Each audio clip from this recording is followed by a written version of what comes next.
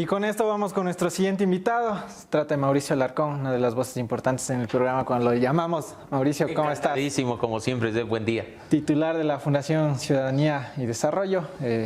Pues vamos a hablar con Mauricio. A ver, vamos por esto último. No te vas a escapar de esto. ¿A qué te huele la salida de Juan Carlos Holguín?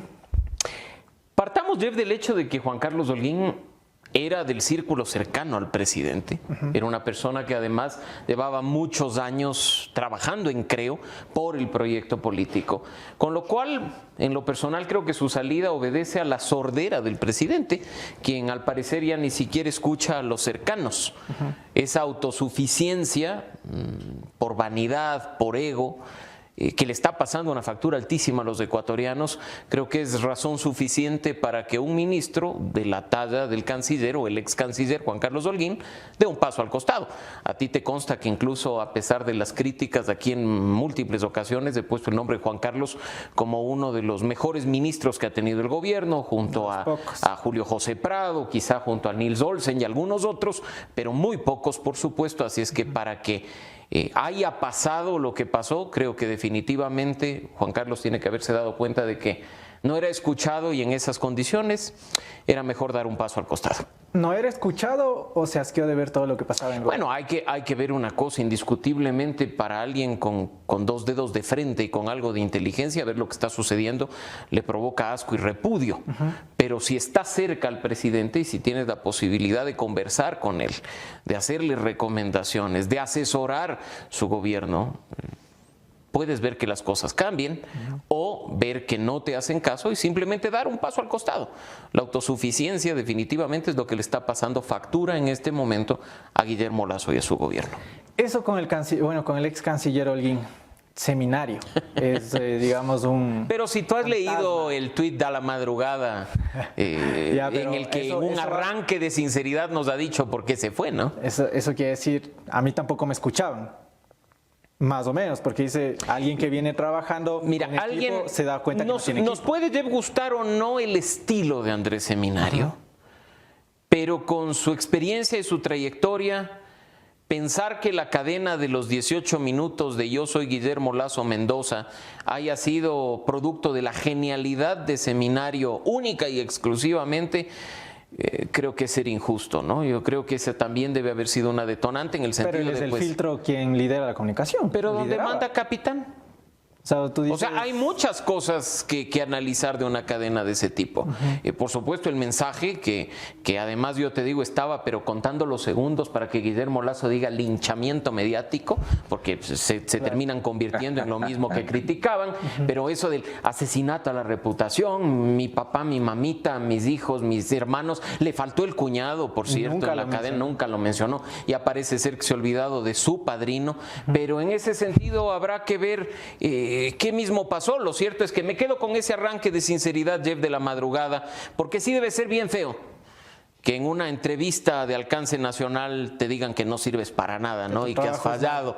Y además, graciosamente, si te das cuenta, una de las personas que provoca cierto terremoto en el gobierno hace unos meses es el exsecretario de Comunicación, claro, Leonardo Lasso, Pipo Lasso, quien manda esa carta, después de algunas semanas la hace pública y pasan las cosas que mencionaba en la carta precisamente, ¿no? Así es que hay muchos elementos que analizar. Oye, en esa carta, ya que la traes a colación, él mencionaba y criticaba mucho el círculo cercanísimo del presidente de la República, en su momento Pancho Jiménez, en su momento el señor Iván Correa. Pero ya parece, no claro. ¿O siguen estando? Aparicio, parece que Aparicia por ahí, o Aparicio qué. No sé, yo quisiera que nos actualicen los libros de visitas de Carondelet. ¡Auch! Oye, te preguntaba sobre el círculo cercano porque... uno de los talones de aquí, uno de los puntos bajos del gobierno nacional es del secretario de Seguridad, aunque dice ser secretario de Seguridad. ¿Y por qué te pregunto esto o por qué voy por ahí? Porque hace poquito veo la declaración que ha dado para Primicias. Cada ciudadano decidirá cómo usa su arma autorizada. Y sí, eso es quizá uno de los puntos que más nos preocupa, creo que a la mayoría de personas. Yo te digo... por principios liberales, yo podría decir aquí en buena hora porque nos habiliten el porte de armas, pero como activista de la democracia y la transparencia, puedo asegurarte que en un país como el nuestro, los filtros están de adorno. Pero, ¿no se vendían carnets de discapacidad? Mañana se van a vender carnets de cordura. Van a decir que tú y yo no estamos locos y que por lo tanto podemos nomás ir por la vida libremente con un arma. Así es que con esos niveles de corrupción, con esos niveles de debilidad institucional, en los que además, si te pones a ver a propósito de las declaraciones, se dice que los guardias de seguridad pasarán a formar parte de casi una policía paralela. Y nos preguntamos, una persona en las condiciones de trabajo de un guardia de seguridad, que son ya de por sí sacrificadas, ¿va a estar dispuesto a exponer su vida y su integridad física con un arma? Yo creo que más bien este tipo de medidas muy poco planificadas, hasta para hacerles guiño a algunos políticos a propósito del juicio en la Asamblea Nacional, van a traer consecuencias. Y esperemos a ver qué pasa, porque no creo además de que esto se quede en pronunciamientos de las universidades o críticas de las organizaciones de derechos humanos, sino que con seguridad vendrán otro tipo de acciones específicas en las que nuevamente, lamentablemente, la Corte Constitucional tendrá un rol que jugar. Vamos a ver qué sucede en ese punto. Vamos a seguir conversando por acá, Mauricio. Le voy a dar la palabra a Anderson porque hay mucho todavía por dialogar en torno a, por ejemplo, la Asamblea Nacional. Anderson Boscan, seguimos contigo.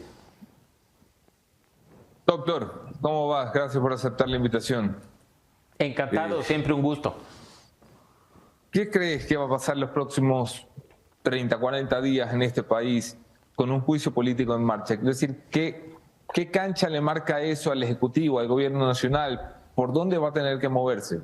Bueno, hay una incertidumbre grande, lo escuchábamos hace un momento de boca del asambleísta Bruno Segovia en cuanto a los plazos fatales que están establecidos en la Ley Orgánica de la Función Legislativa. Aquí no hay nada que especular, hay 3 plazos de 10 días en los cuales la Comisión de Fiscalización deberá terminar de hacer su trabajo.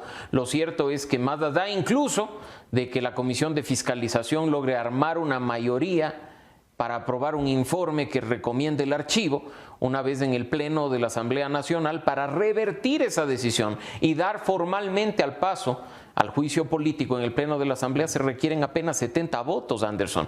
70 votos que creo que son el primer escaño al que se puede acceder dentro de un proceso como este, ¿no? Y teniendo en cuenta que en las últimas votaciones se han logrado 104, 108 votos, precisamente en decisiones contrarias al gobierno nacional. Así es que tendremos un periodo de incertidumbre. Ya Bruno mencionaba el tema de menciones a un hombre del maletín. Yo creo que también empezaremos a escuchar las negociaciones al interior de la Asamblea a propósito de la renovación de autoridades y de comisiones el próximo 14 de mayo. Así es que va a estar intenso el cabildeo para lo que será quizá a mediados del mes de mayo un proceso de censura y destitución del presidente de la República.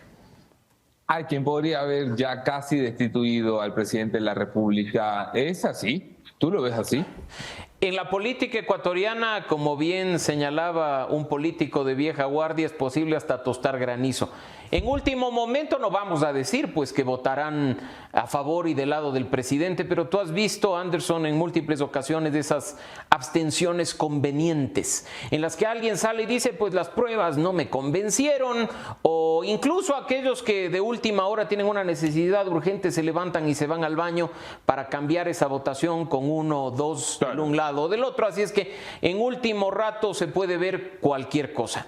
Hay que estar más bien muy atentos y yo creo que el periodismo y la ciudadanía tenemos que hacer seguimiento personalizadísimo, por decirlo de alguna forma, las actuaciones de los 137 legisladores para después dejar en evidencia no cuestiones vinculadas a la corrupción, no creo que debamos ser tan extremos, pero sí vinculadas a su incoherencia.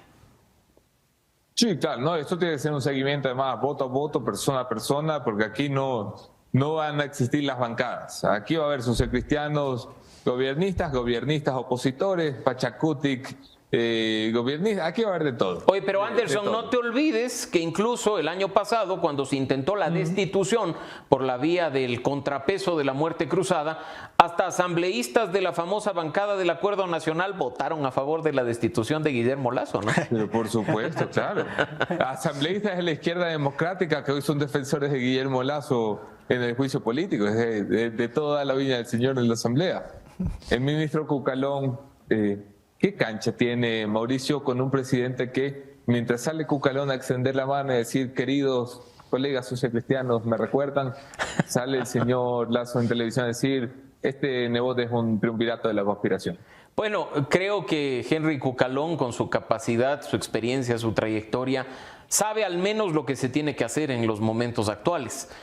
Creo que no debería consultarle al presidente si es que su prioridad es la defensa de la estabilidad del gobierno nacional y simplemente actuar.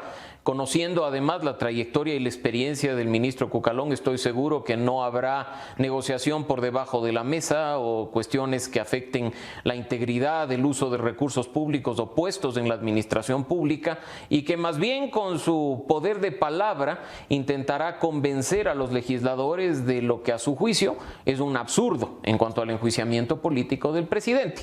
En este caso, el cabildeo, como decíamos, ojalá se haga de la manera más transparente posible en beneficio del país. No vaya a ser también que sobre pretexto de los 2 siguientes años de gobierno empecemos a ver a ciertos personajes vinculados a los partidos políticos ocupando ministerios, secretarías o empresas públicas. Mauricio, en el caso de que el gobierno nacional lograra los 38 votos que necesita la final para salvarse. Solo no, son más. Te recuerdo, Anderson. Perdón, 37 más 8. 37 más 9, de tal forma que la otra opción tenga solo 91 votos. Ok, en el caso que el gobierno lograra los 46 votos requeridos para voltear la mayoría calificada de 92 votos con el que se censure y se destituye el presidente. Gracias por la corrección, Mauricio. ¿Cómo queda el gobierno nacional? ¿Cómo queda un gobierno que sobrevive a un juicio político? ¿Fortalecido? ¿Con un siguiente round en las calles? ¿Con un desgaste que lo convierte en inviable para llegar a término? ¿Cómo lo ves tú? Me temo, Anderson, que si es que eso pasa, el gobierno y particularmente el presidente Guillermo Lasso tengan una actitud triunfalista, una actitud en la que además crean que esto es un respaldo a la gestión de gobierno y que en definitiva casi tomará viada para la tan anunciada reelección en 2025, algo que resultaría un absurdo. Creo que hay que dejar de lado eso y, como tú bien decías, enfocarse en lo que será el país después de un resultado del juicio político, positivo o no. Y pues si es que efectivamente el gobierno coincide en seguir adelante, en haber alcanzado esa votación o haber torcido la votación del otro lado, pues esperemos que gobierne por el bien del país, esperemos que finalmente implemente su plan de gobierno, aquel que nos decían que ni siquiera requería de la Asamblea Nacional y que bastaban decretos ejecutivos para poder viabilizarlo, o incluso mira que la Asamblea le facilita ciertas cosas al Ejecutivo, al punto que ese tema de la cuestión de las armas que estamos discutiendo con tanta intensidad desde el fin de semana es producto de una decisión conjunta, ¿no? La reforma normativa se dio en la Asamblea Nacional con la participación y los votos positivos de UNES, de Pachacuti, de la Izquierda Democrática. Así es que ahí vemos que muchas veces el show de la ruptura y de la falta de gobernabilidad se queda sin piso y más bien estamos asistiendo a un circo en el que los egos y las vanidades están a la orden del día. Ok, volvemos a estudios con Jeff. Sobre esto, Mauricio, tú dices, claro, si es que se llega a salvar el gobierno, puede gobernar en estos últimos 2 años. Debería gobernar. Yo no sé si pueda o no pueda. Ellos son quienes tendrán que poner en marcha su capacidad de hacerlo. Pero lo cierto es que a los ecuatorianos aún nos quedan 2 años de gobierno. E igual, si te das cuenta, si opera la censura y destitución a Guillermo Lasso, el gobierno sigue. Este gobierno sigue. Porque le corresponderá al vicepresidente asumir la presidencia. Probablemente continúen la mayoría de ministros. Y lo que se espera es ver un gobierno No la justificación de ha pasado un año y no podemos comprar chalecos ni podemos armar a la policía. No la justificación de ya pintamos los patrulleros que no tienen batería y que tenemos que irles empujando por las calles. Hay que hacer donaciones. O qué bien que ordenamos la macroeconomía cuando la gente en la calle siente que de macroeconomía no come. Entonces, ojalá en ese sentido el gobierno entienda de una buena vez que la ciudadanía no es su enemigo, que la ciudadanía es el beneficiario de sus decisiones. Y que lo que esperamos es que existan decisiones, que no sea simplemente un pensar qué hacer o un convencerse de que lo poco que se ha hecho está bien hecho, que definitivamente haya gobierno en el país para que se corrija. Nunca es tarde para enmendar, nunca es tarde para que haya autocrítica y se reconozca los errores y se deje de lado esa autosuficiencia. Mira que de nuevo, volviendo al tema del canciller Holguín, hace, calculo yo, unos 6 meses, dio unas declaraciones a la BBC de Londres, en las que decía, recordarás tú, que las protestas y la crisis que había fue precisamente porque el gobierno se alejó de la ciudadanía, de la sociedad civil, dejó de escuchar a los ciudadanos. De nuevo, se convirtió en autosuficiente. Esa declaración que también cayó muy mal en Palacio. ¿No les gustó? Pero porque ellos saben qué hacer, cómo hacerlo, pero al parecer se han olvidado de ejecutarlo. Para ir cerrando la entrevista, agradeciéndote por tu tiempo, Mauricio, ¿cómo queda el lado digamos, de la tendencia política del presidente de la República? Porque mucho se ha hablado, la derecha con esto está debilitada, no llegará otro gobierno de derecha próximamente, porque ya han visto cómo Guillermo Lasso representó a la derecha. ¿Ves por ahí que esa lectura es correcta o cómo la asumes tú? Bueno, partamos del hecho de que la votación en este país no es ideológica. O sea, el triunfo de Guillermo Lasso no fue porque la gente dijo vamos por un gobierno de derecha. Claro. Muchos votos que le permitieron a Guillermo Lasso llegar a Carondelet fueron un voto anti muchas cosas.